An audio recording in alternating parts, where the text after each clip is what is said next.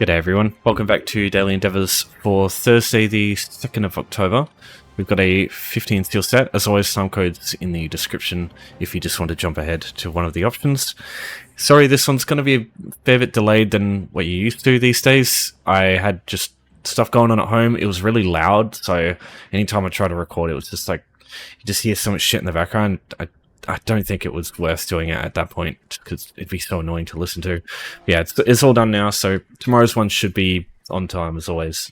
Yeah, and then yeah, I guess next week is I'm going to be going back to trade school again, so it's also going to be some delays there. But yeah, for the most part, most days will still be just fine. Just yeah, a couple of delays here and there. All right, so this set, it's not as good as the couple of last days we had before, but it's okay as well. I would do Clothier, items at fences, and then the option that you choose here is just dependent on what you own, what you like, and what you basically want to risk. So Iron Atronachs, if you only have base game, this is shit, but if you have some specific DLCs, it's pretty good. Killing a player in Cyrodiil, this is potentially the quickest of the three, but also potentially the slowest of the three, just because of how unreliable Cyrodiil can be. And then Visions in the Infinite Archive, this will be the one, regardless of the DLC, will be sort of statically okay speed, but like probably not as quick as the other two here if you've got the good DLCs for it, or if you're lucky with finding a player, and if the player numbers are quite high in Cyrodiil, just yeah, all that stuff. So I'll go through the easiest one first, Laundering. I think yeah, definitely do these two. Laundering, I suggest you come to Craglorn, right? There is a building right here, and in this building, Gem and Flask, it's right next to the way shrine, so it's also super quick to get to. If you just come up these stairs up here, there are just a bunch of items here that you can just take, and you can just go launder them at a fence. The reason I suggest this is there is no way to get spotted up here. There's no people to see you get a bounty, so you don't have to worry about the guards with this. And like, you can make a case, what about just going to Necrom, because you can't get bounty there. It's quicker just doing this as opposed to going to Necrom. Necrom's great for the stealing from the environment if you haven't done that yet, for sure. But if you just want 10 items, if you've already done the stealing items, then just do this instead. Because the reason for this is the Atlas Refuge and the Way Shrine are literally right next to where you need to go. So yeah, I just prefer this. Yeah, I've done the weekly for stealing lots of items. If you want that, definitely watch that video. But if you're just looking for the laundering one today, then yeah, this is all you need. So coming down here is where you find the fence. So you just come through this little gap in the wall on the fence, and go to the other fence. So just open up the menu. Make sure you hit this window here. Don't do sell, because yeah, you'll just have to go and do the same thing basically. So we'll just launder the items, the cheapest items you can get. So just go cost the lowest, and just launder as many as you need. And then, if you just want to sell the items that you just laundered, so that you don't, like, you don't make any gold, but you also don't lose any gold doing this. So you just go to provisioning and just sell all the items that you laundered, because it costs the same to sell them than it does to launder. So yeah, it's just like you suffer no losses essentially. If you need to get a Craglorn for the first time, because this way shrine will not be unlocked by default, either just ask someone to bring you here, or you can use home tours, any of the houses in this zone. As soon as you enter Craglorn from one of these houses through home tours, this way shrine will unlock. So just travel to the nearest way shrine near you, and then just head over here. Or you can use Elnor Private Arena and just travel west, and that's pretty quick too. Now, if you try and preview these houses, it won't work, because when you leave in previewing houses, it just takes you back to where you came in from, so it won't work the same way. Yeah, just make sure you use home tours if you're going to go that route. Okay, crafting with Clothier. Now, the absolute cheapest way you can do this is using jute or rawhide, and crafting anything that basically isn't a leg piece or a chest piece. Everything else costs 5 of the base resource. So you need 4, right? So it's 20 jute and 4 style materials. Style materials are the easy bit. You just go to any Clothier in the game. So Clothiers, they sell all the racial style motifs, materials, sorry, that all the base game races use. So whichever one you need. For example, I'm a Wood Elf, so I'd just go this one. And yeah, for some reason, they're cheaper here than they are to buy on guild stores. So just buy them here, honestly. I don't understand it, but yeah. As for buying materials for like the jute or the rawhide or whatever the clothing materials you want to use, because you can also do writs, right? You go to clothing in materials here, and you go material. Probably don't go raw material, because they are more expensive than just buying the materials here outright. So there's no low-level materials here. You'll usually have to go around looking. But yeah, this is usually where you find the stuff to get your crafting done. You can steal stuff. I guess if you want, you can steal the stuff, then launder it, then deconstruct it, if you want to do laundering at fences at the same time. But it costs a bit more gold to do that. So my advice is just deconstruct it first. Don't worry about that. Just launder some other cheaper items. Yeah, what you can do is you can take this stuff, go to the nearest clothing station, and you can deconstruct it. And the materials you get for deconstructing are not stolen anymore. So if you go, like, here's the thing, you can't use void cloth at a low level, right? So what you can do is just make a level 3, come to this location here in Shadowfen. This is one of the easiest spots to find a bunch of stuff to, like clothing, to deconstruct without getting yourself in serious trouble. Because you've got these two counters. You've got this one over here and the one over here. It's really easy to take this stuff without getting spotted. If you do this on a low level, you'll get rawhide or homespun gear, and that, when deconstructed, turns into jute or rawhide. So that can be a like sort of easily acquirable source of the materials you need to complete this endeavor, without having to go to a guild store and fork out a bunch of gold to do that. So yeah, if you're struggling for gold, or you like me, you're just very tight on your gold spending, you can do this instead. Now, the last thing I do want to talk about is writs. So crafting writs, they're basically just craft a bunch of clothing items for Clothier writs, and then just go hand them somewhere. The rewards you get for this are really good. One of the main reasons you do this for is Dregwax. Dregwax sell for a shit ton. Definitely nowhere near as much as they used to, but they're still the highest selling, like, or most selling. How do I explain it? It sells for the most out of any of the gold materials that you can get through writs. So yeah, really, really valuable, and you get some other good stuff. You know, you get surveys, you get extra materials, you get all sorts of other stuff. So it is worth doing them, but you do need the materials here to craft that stuff. Yeah, definitely consider this. You'll need to do 2 writs in order to get 6 items to complete the endeavor, or you can do 1 writ and just craft an extra item on the side as well. Either of those ways works. Okay, Iron Atronachs. So when it says the Molten Monstrosity is one of the volcanic race, this is a bit weird because you don't find it in the Overland. You only find it in one specific place, and that is the Forgotten Waste. So when it says that, this is what it's referring to. So don't try and run around here looking for stuff. You'll find hive golems, these things, but they don't count. They're a different enemy altogether. So in the volcanic waste, in the Forgotten Waste, you'll find, I think, 6 in total, or maybe even 5. This option for doing the Iron Atronach endeavor sucked. It sucked wang. The reason this sucks wang is because there are only 5 or 6 Iron Atronachs in this entire place, and this is an overland area, so everybody else is going to be running through here trying to do the same thing. So the odds are you'll get there, you'll find an Iron Atronach to attack, but there's other players here trying to do the same thing, and they will kill it so fast, sometimes you don't even get a chance to attack it and get participation. It's Flame Atronachs too. So the first Iron Atronach location will be over here. And I guarantee it, you'll see a bunch of dead Iron Atronachs when I get here.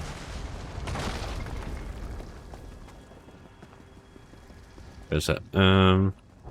This is the spawn right here. It spawns in front of this door. Well, I would have thought I'd see some dead bodies, but nope. Right, so one of the other options for getting this endeavor, this boss here spawns them, but the odds are everybody else will kill it so fast that it will barely even spawn 1. It sucks. But we'll see. We'll see if everybody here is patient somewhat. So let him live. Just let him chill. Let him chill.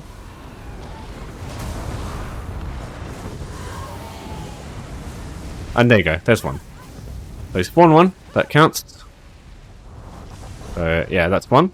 You don't have to kill them, the Iron Atronachs. You just have to make sure you participate in killing them. So if you just do a little bit of damage, when they die, it'll count. Alright, so that's one. Now, you'll get another boss here, it does the same thing. So if you let this boss live, they'll also spawn a Iron Atronach. So there's one. Kill that one.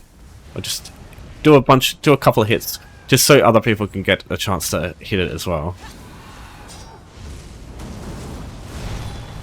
Now, I don't know if it's time-based. I feel like it would be, but I don't know. Yeah, and then you get the main boss here. This one also summons them too.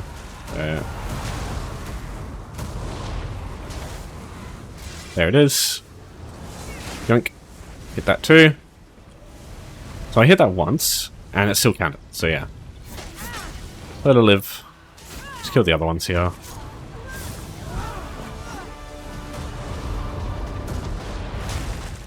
Oh yeah, see? See? So there's another one. So just let her live, and she'll keep spawning them. Good work, everyone. I'm very, very, very proud of all these people here doing the right thing and leaving her alive. Nope. Nope. Oh no! See, it spawned one. No, so she died, so it instantly died. God damn it. We're on the verge of greatness meme. We were this close. Okay, so yeah, that's one of the main locations you'll find it. But good luck trusting other people to do the right thing. There's one spot here, and I'll keep going through. So this is the sort of western side of the first area. We've got the group event, and then one over here. I'll keep going through and find the other ones.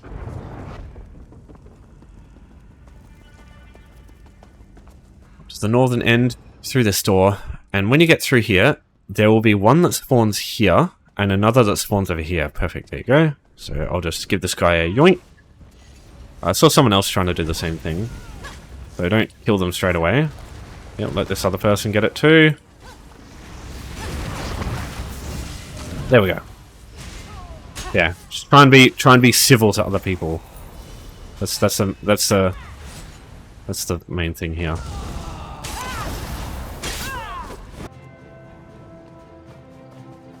Alright, now, if you have the High Isle DLC, this will be much easier for you. You can use volcanic vents, and the vents themselves will spawn Iron Atronachs. A little bit unreliable, but most cases you'll find several. Right, so, alright, I'll have to go and find another one because yeah, there's nothing here. So find a volcanic vent, one that's up. And at the very beginning, there'll be 3 lava pools that will spawn a couple of enemies. One of the enemies that can spawn from these pools is Iron Atronachs. So here you got one here, but the other ones don't have any. So that's what I mean. Sometimes you'll find several from just like a couple of these pools, and yeah, sometimes you find shit all. Once you kill the enemies from these pools, they'll spawn more enemies, and again, some of these enemies can be Iron Atronachs. There's another one over there. Now the last thing to look at is after you destroy these lava pools and steal them up, you'll fight a boss. And the boss can be an Iron Atronach and be among many other things. But the Atronach can spawn as well as like sort of minions alongside the boss. So it is absolutely possible to find 5 in a single go. But yeah, it's pretty unreliable. But yeah, it shouldn't take any more than like 5 or 10 minutes of doing the actual there you go, there's one, and 2. There's 2 from a single one. It shouldn't take too long, considering that a lot of other people are usually going to be here doing this, because this is like usually everybody else's source of Iron Atronachs. The magma golems don't count as Iron Atronachs, just so we're clear. These things are completely different. Okay, we got the boss. We'll see what it is. Oh, it's that Ashen Spring. It's the fucking thing I fought the other day that was brutal. Alright, let's see how we go this time. Oh, she's doing her sprites thing. Watch out. Alright, so when she gets low, she'll spawn some stuff. There we go. We've got one of the Iron Atronachs there that spawned.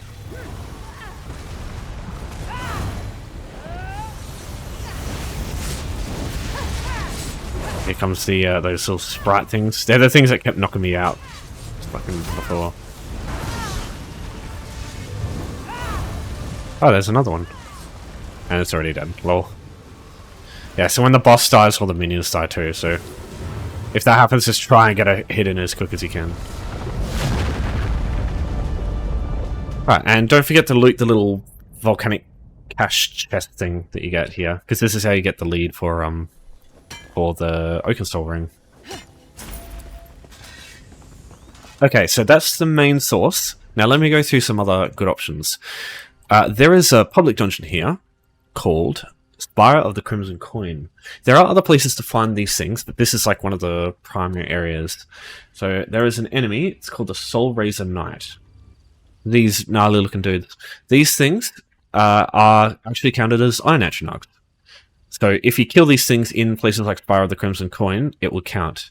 There are there's boss versions that you'll find in some quests, but I don't know of any other place where you can find like quite a few of them. There's only like 6 or 7 in Spire of the Crimson Coin in total. So if someone else comes through and does the same thing, yeah, it could fuck you over too. But this is another option if you don't want to do, because the biggest problem with doing volcanic vents is when you first get to High Isle, if you haven't unlocked any of these things, or if you haven't been here, it won't show you which one's up, because you can see it's under attack here. Naturally, this makes it a lot easier, but you have to go out and search and find all the volcanic vents for it to do that first. So that takes some time preparing. Whereas this, you just go a little bit north from Gunfallen Bay, and yeah, it's right there. So it's a lot quicker to set up that one. Whereas this one here, it's better in the long run. So maybe do this one first, and then if you have time, just like go and find all the volcanic vents if you haven't been here before. Yeah. I don't know. Your mileage will likely vary. There is also, if you have the Greymoor DLC, Dragonhome. This one has about 6 or 5. I don't see many people use this as an option. So usually this one's okay. Not all the time though. But usually it's okay. There is also... there is a delve in High Isle, the Firepot, but there's like only a few in here that I've seen. But that is another option too. And then Infinite Archive. Because we've got another endeavor today that's Infinite Archive, you could do this. But look, it's very unreliable, way more unreliable than any other option, because you'll only get one in like a stage, and because they're like the big enemies, the ones that spawn at the end. You might get one, you might get 2, but I don't think you'll get any more than that, because the amount of enemies that can spawn as like the tier 1 enemies on the end of stages, there's a lot of different stuff. But maybe I'll see if I go through here, we'll find one. I guarantee we will, now that I've said it's unreliable. Mutant Law or whatever it is. I'm sure there's other options, but those, as far as I'm aware, are like the most, the quickest to use and quickest to get. And the ones that won't like screw you over when there's other people around. So yeah, I'll just reiterate. Base game, the only option you've got is Forgotten Wastes, and there's like 6 of them. If you can get the group event, not to have people like kill the boss instantly, that's good. That's a really good way to get some. If not, High Isle, Volcanic Vents, these are the best way. Spire of the Crimson Coin, the big purple knight dudes with flame around them, they're good. Firepot has a few, Dragonhome has a lot of, a bunch, and this requires Greymoor. And then obviously Infinite Archive as well. 1 or 2 if you're lucky.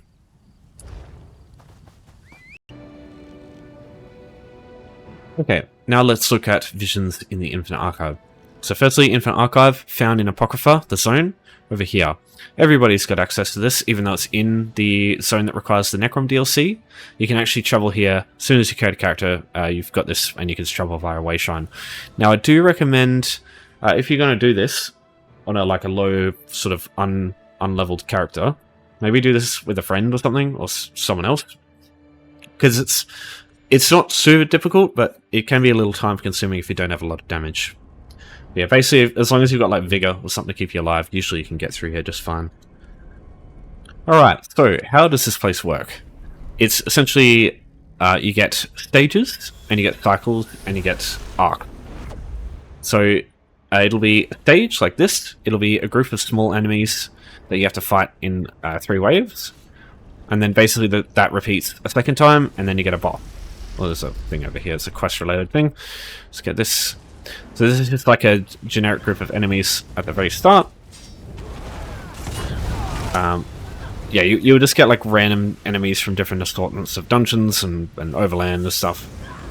So you can get like beasts or Daedra or just generic NPCs, just anything. And on the third wave, you get a bigger enemy.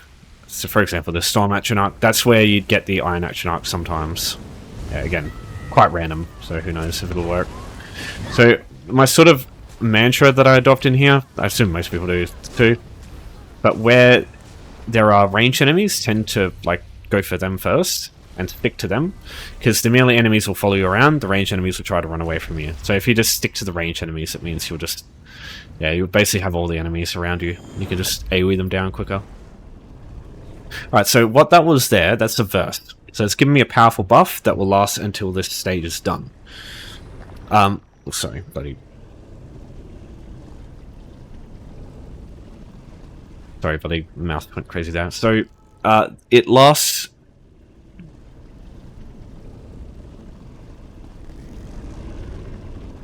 So in order to get visions, which are quite similar to verses, you have to complete a cycle. So after this stage, there'll be a boss, and that boss is part of the cycle. And when you kill that boss, you complete the cycle and you get a vision. So visions are basically just verses like this, except they don't last a single round. They last the whole time. You want to be more careful with the choices, especially later on with your visions, because they impact your late game much more, or your later stages much more. But if you're only going to do 2 visions, then it really doesn't matter that much. The verses will be much more powerful, but they can also be much more terrible. Archival Assault here, for example, I cannot make much use of this at all. There are some that are really good, like that Flame Aura one's amazing, and yeah, some of them are just terrible. Like, the Assault skill line is basically Caltrops, Magic Adept, and then what's it called? Bloody Trample.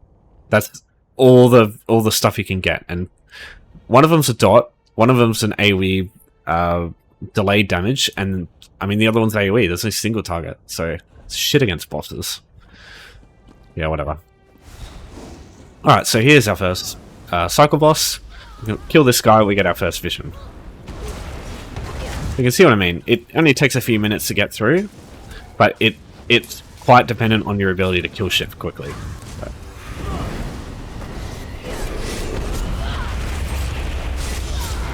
Kill this guy and it'll kill the thing.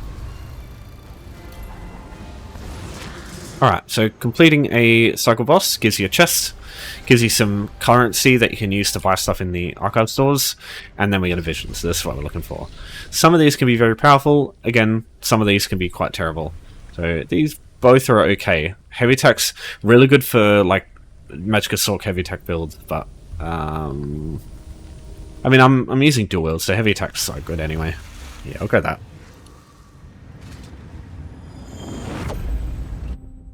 Yeah, that's halfway through, so yeah, it'll be pretty quick.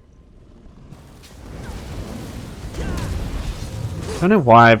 Is it just me, or is like interrupting getting really fucking janky these days? Like I'll try to interrupt a channeled attack and it just won't do anything. Yeah. Anyway, just try and respect the mechanics. There's always like interrupts and heavy attacks you gotta watch out for. In the early stages, it won't be that bad. But some of the big enemies can be quite a nuisance if you don't respect their stuff. Like these sword and board guys, when they glow red, eventually you'll get a circle underneath your feet if you attack them. And if that happens, you just have to make sure you block, because it'll knock you in the air if you don't. It's another stage done. Another verse. Beatdown's okay, but not amazing. And you've got a merchant if you want to sell stuff or repair gear. That's available to you too. Alright, again, ranged enemy. Stick to them first. If you see a druid and they do that, just make sure you kill the thing creating the flame, because they're the only enemy that doesn't have a shield. These are all ranged enemies here. Alright, let's skip ahead until something interesting happens. So it's been 2 full cycles worth of stages, and we haven't found a Iron Atronach. So that's what I mean. can be quite unreliable. Wouldn't rely on this to get your Iron Atronachs for the day. Alright, now on to our second cycle boss. See if we get a good verse for this. Oh yeah, we do. This will go down quick. Alright, so these are basically minigames. You can do them if you want. You get some more Archival Fortunes, and you also get another verse, so you can make the cycle boss even quicker. But it does waste your time. I'd rather just do the actual fight, especially if you get a good verse. Alright, Liminoris. Is this guy from Gold Coast? The guy who's possessed by an Imperial dude? Or a Lich or something? Yeah, you can see the power of some of the verse in this game. This flame aura just fucks people up, man. Alright, so that was pretty quick. That was only like... yeah, it was like 5 or 6 minutes. Get our second vision. Do increased damage. Yeah, that'd be pretty good. Though I use ultimate a lot on this thing. But this character also gets ultimate really quick. Also this is basically Thornmail. Either of these I think is fine. Yeah. You get that and you're done. That's the Endeavor clear. So if you want to leave, you need to go through the portal again. You'll see like this doorway here. It looks like a bit like a fucking fancy mirror. It's called the Index. You hit this, and this will take you back to where you came in from. So from here, it's just it's just traveling to this portal, and that will take you back out to where you came in from. So in this case, the Oridon Wayshrine, I think. And lastly, if you do this, this quest, you have to complete a whole arc. And that's basically twice as much work as you do to complete the Endeavor. So if you like Archive, if you enjoyed like the fights, maybe consider going further if you want, because completing the arc takes another like 15 or 20 minutes after that, and you get some good stuff for as far as Infinite Archive's worth. But if you just want to do the Endeavor, you're not going to do this quest. You don't have to worry about it. Okay, last option: killing a player in Cyrodiil. So I need to be clear here. I'm not the best when it comes to explaining PvP because a lot of my time has been PvE. That being said, this Endeavor is relatively easy. Like you can kind of just bash your head against the wall for a while, and eventually it'll work. Just depends on how much time you got and how lucky you'll be. So killing a player, you don't actually have to kill them. As long as you deal damage to an enemy and they die, it counts for this. It's basically a takedown or an assist. So even if you just tap an enemy once and they end up dying to like a bunch of other sources, it will count. So basically, if you're going around fighting people in Cyrodiil and on the bottom right you see like, around here, you know how normally it comes up with XP or like loot that you've gained? If you see an alliance point value and you haven't like captured something, basically you've done the Endeavor, because even if you get like 1 AP as a reward for hurting a player before they die, that's all you need to do.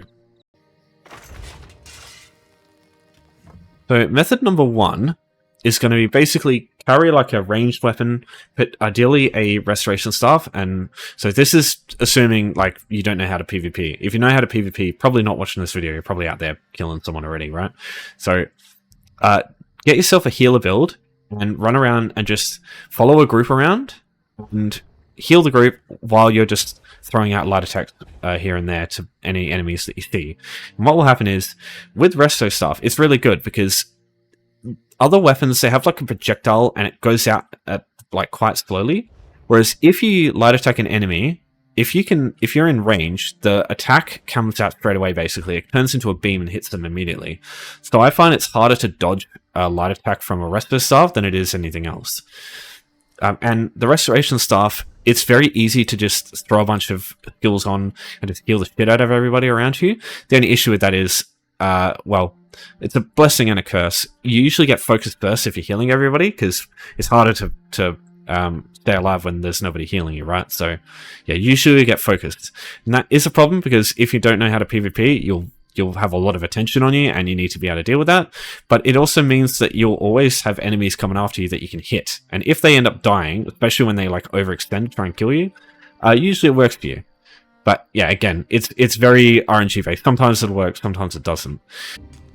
Your other method is going to be siege, especially when you're defending at a location. For example, if these two places were under attack, what you could do is either throw down some 5-volt ballistas. These are easy to get because you can just buy them with gold, and shoot them at someone. You just click where you want it to go and it shoots. It's just like a big giant crossbow basically. And 5-volt ballistas are great because they deal a bunch of fire damage over time.